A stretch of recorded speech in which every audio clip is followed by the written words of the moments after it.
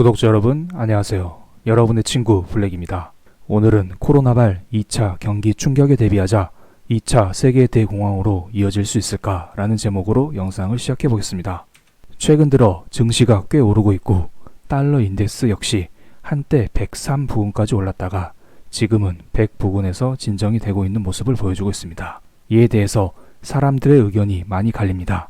이제 코로나는 다 끝났다. 증시 V자 반등, 달러 하락 시작이다. 이런 사람이 있는 반면 아니다. 지금부터 2차 충격에 대비해야 한다. 지금의 증시 상승, 달러 하락은 매우 일시적인 현상이다. 여러 가지 의견이 많습니다. 이런 의견들을 잘 보면 다들 극과 극입니다. 이에 대한 저의 의견을 천천히 말씀드리겠습니다. 저는 항상 시장에 널려있는 악재를 평가할 때 달러를 기준으로 말씀드립니다. 왜냐하면 달러는 대표적인 안전자산이죠. 그래서 악재가 커지면 달러가 상승하고 악재가 사라지면 달러가 하락합니다. 아참, 실제로 악재가 커지냐 사라지냐 이게 중요한 게 아닙니다. 악재가 생기는데 이러한 악재가 세계 경제에 반영이 되면은 달러가 상승하고 이러한 악재가 세계 경제에 반영이 되지 않으면 달러가 하락합니다. 그래서 이번에도 과거처럼 달러 기준으로 제가 설명을 드리겠습니다. 여러분, 달러가 오르는 이유 5가지 나열했었던 기억 생각나시죠? 이러한 5가지 사건을 가볍게 체크한 이후에 저의 개인적인 생각을 말씀드리겠습니다. 물론 사건 중간중간에 저의 개인적인 생각도 말씀드리겠습니다. 다들 지루하실 테니 뉴스 부분은 최대한 빠르게 읽어드리겠습니다.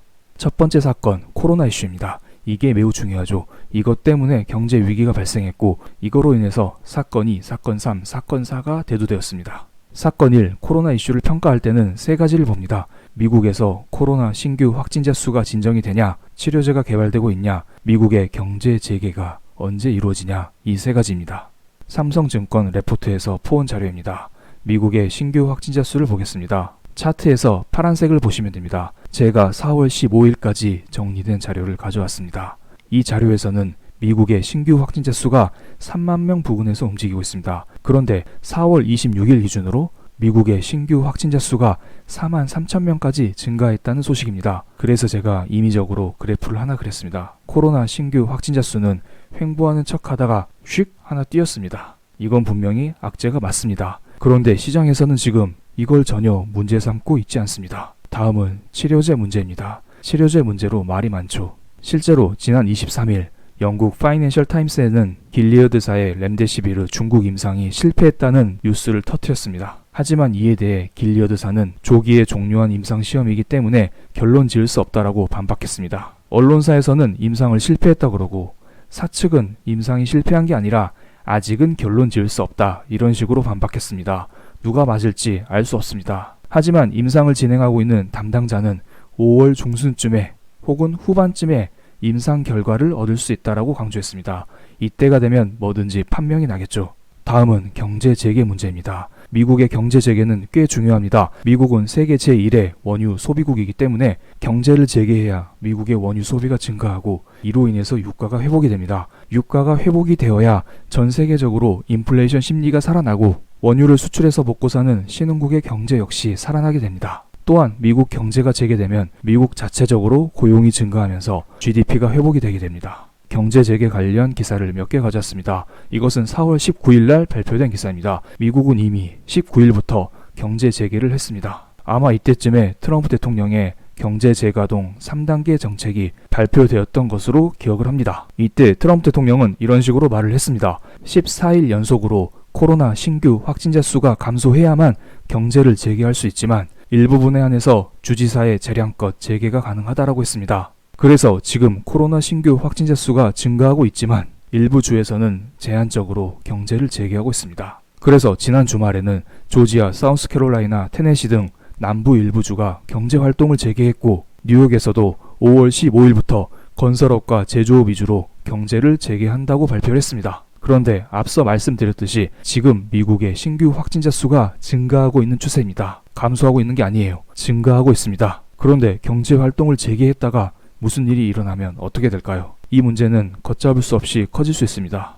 그래서 제가 볼 때는 5월 15일이 매우 중요하다고 봅니다. 5월 15일 스승의 날이죠. 스승의 날도 중요하지만 5월 15일 미국 뉴욕의 경제활동 재개, 그리고 이때쯤에 길리어드사의 렘데시비르의 임상 결과가 발표되죠. 어쨌든 5월 15일, 5월 중순쯤이 매우 중요합니다. 이때 뉴스를 기대해 보시죠. 그런데 여러가지 이유로 많은 사람들이 5월 중순쯤에는 경제활동을 재개할 수 없다, 렘데시비르 임상 결과가 별로다, 이런 의견들이 지배적입니다. 그런데 뭐 혹시 모르죠. 제가 만약 트럼프 대통령이라면은 임상 이슈, 경제 재개 이런 것들을 수조 달러의 돈을 풀면서 모두 다 커버 칠 거라 봅니다. 사건 두 번째, 산유국 문제입니다. 일반적으로 유가가 하락하면 달러는 상승하게 되어 있습니다. 유가가 하락하면 미국의 셰일가스 기업이 위험해지고, 이를 기반으로 형성되어 있는 하이힐드 채권 금리가 상승하면서 달러 수요가 증가하게 됩니다. 이에 대한 자세한 메커니즘은 오른쪽 위에 링크로 띄워드리겠습니다. 그런데 최근 하이힐드 채권 금리 스프레드를 보겠습니다. 마이너스 유가에도 불구하고 매우 안정적인 모습을 보여주고 있습니다. 달러 역시 안정적인 모습을 보여주고 있죠. 그렇다면 유가 하락이 더 이상 달러 상승으로 이어지고 있지 않다는 건데, 이것은 연준의 무제한 양적 완화의 힘으로 보입니다. 지금은 유가가 하락하든 오르든 상관이 없습니다. 왜냐고요? 유가 하락으로 인한 달러 수요 증가분을 연준에서 무제한으로 채워주고 있기 때문입니다. 일반적으로는 유가가 하락하면 달러는 상승하고 증시는 하락합니다. 그리고 유가가 상승하면 달러는 하락하고 증시는 상승합니다. 여기에서 유가 하락은 분명히 악재죠. 그런데 사람들은 이러한 악재를 다 무시하고 있습니다. 어차피 미국 연준에서 돈을 다 공급해 줄 거야. 그리고 앞으로 미국 경제가 재개가 되고 세계 경제가 정상화되면 원유 수요 역시 상승하면서 앞으로 유가가 상승할 거야. 이러한 기대감으로 인해서 유가 하락에 대한 악재가 모두 다 무시되고 있습니다.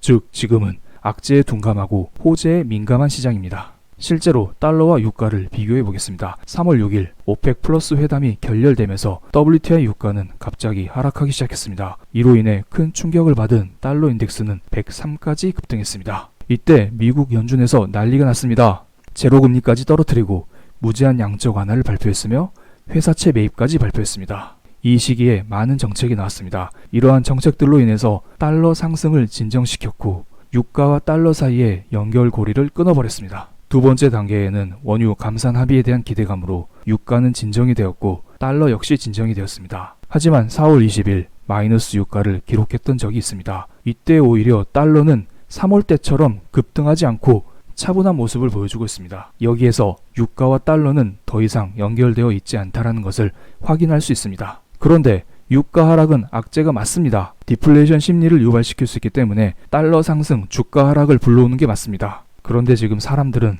너무 긍정적으로 생각하고 있긴 합니다. 이것은 조금은 조심할 필요가 있다고 봅니다. 코로나가 해결되지 않는 한, 미국 경제 활동이 재개되지 않는 한 유가는 계속해서 하락할 수 있습니다. 세 번째, 유럽 경제 위기를 보겠습니다. 제가 유럽 경제 위기를 체크할 때는 늘 이탈리아 10년 만기 채권 금리를 봅니다. 이탈리아 10년 만기 채권 금리가 상승하고 있다는 것은 유럽 경제 위기가 커지고 있다는 것이고, 이 국채 금리가 하락하고 있다는 것은 미국 경제 위기가 점점 완화되고 있다는 것입니다. 왜냐하면 국채 금리라는 게 나라 입장에서 채권을 발행해서 돈을 빌릴 때 필요한 이자입니다. 경제가 좋지 않으면 그만큼 높은 금리의 이자를 주고 돈을 빌려야 됩니다. 반대로 경제가 좋으면 매우 낮은 금리만 제공해도 사람들이 그 나라에게 돈을 빌려줍니다. 그렇기 때문에 10년 만기 국채 금리, 이것만 보면은 그 나라 상태가 좋다 안 좋다 이걸 알 수 있습니다. 실제로 3월 말 달러가 급등했을 때 이탈리아 국채 금리는 3%까지 올랐다가 진정이 됐었습니다.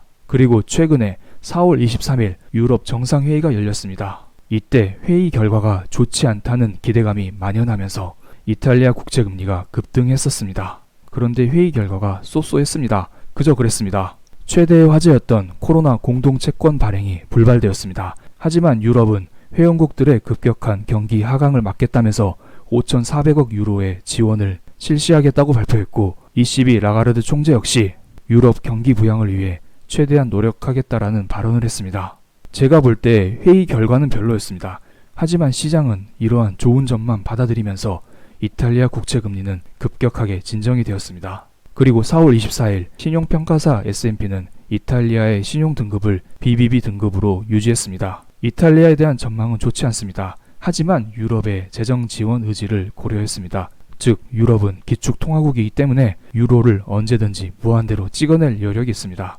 그리고 4월 27일 일본은행에서 무제한 양적 완화 실시를 발표했습니다. 원래 일본 중앙은행은 1년에 80조엔 규모까지만 국채를 매입할 수 있습니다. 그런데 이 한도를 철폐한 것입니다. 국채를 매입한다는 것은 돈을 찍어내어서 시중은행이나 정부의 국채를 사들이면서 돈을 푼다는 이야기입니다. 즉, 국채를 매입한다라는 말은 시중에 돈을 푼다, 이것과 비슷한 의미로 보시면 됩니다.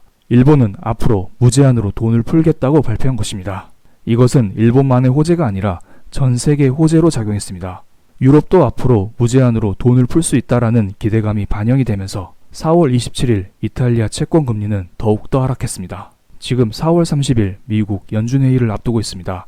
과연 미국에서는 어떤 발언을 할지 기대해 보겠습니다. 이 문제는 5번째 사건에서 다시 언급드리겠습니다. 4번째 사건, 신흥국 문제가 있습니다. 지금 신흥국은 난리가 아닙니다. 달러 강세로 인해서 브라질의 레알, 멕시코의 페소의 가치가 급격하게 떨어지고 있습니다. 이건 비단 달러 때문만은 아닙니다. 지금 국제 유가가 마이너스까지 가기도 하고 계속해서 하락하고 있죠. 기름을 수출해서 먹고 살고 있는 이러한 신흥국들에게는 큰 악재로 작용하고 있습니다. 기름으로 먹고 살았는데 기름 가격이 떨어지니까 당연히 이들 경제에 타격이 될 수밖에 없습니다. 그래서 이러한 신흥국들은 울며 겨자 먹기로 금리 인하까지 했습니다. 금리 인하를 통해서 경제를 살려보겠다라는 것인데요. 그런데 일반적으로 금리 인하가 호재가 되기 위해서는 금리 인하로 인해서 경제가 살아나야 합니다. 즉, 금리 인하로 인해서 경제가 살아나야 자국 화폐 가치가 다시 강세로 돌아서고 환율이 진정이 됩니다. 하지만 지금 같은 경우에는 금리 인하를 했음에도 불구하고 세계 경제가 좋지 않고 유가가 계속해서 하락하기 때문에 금리 인하가 오히려 독이 되어서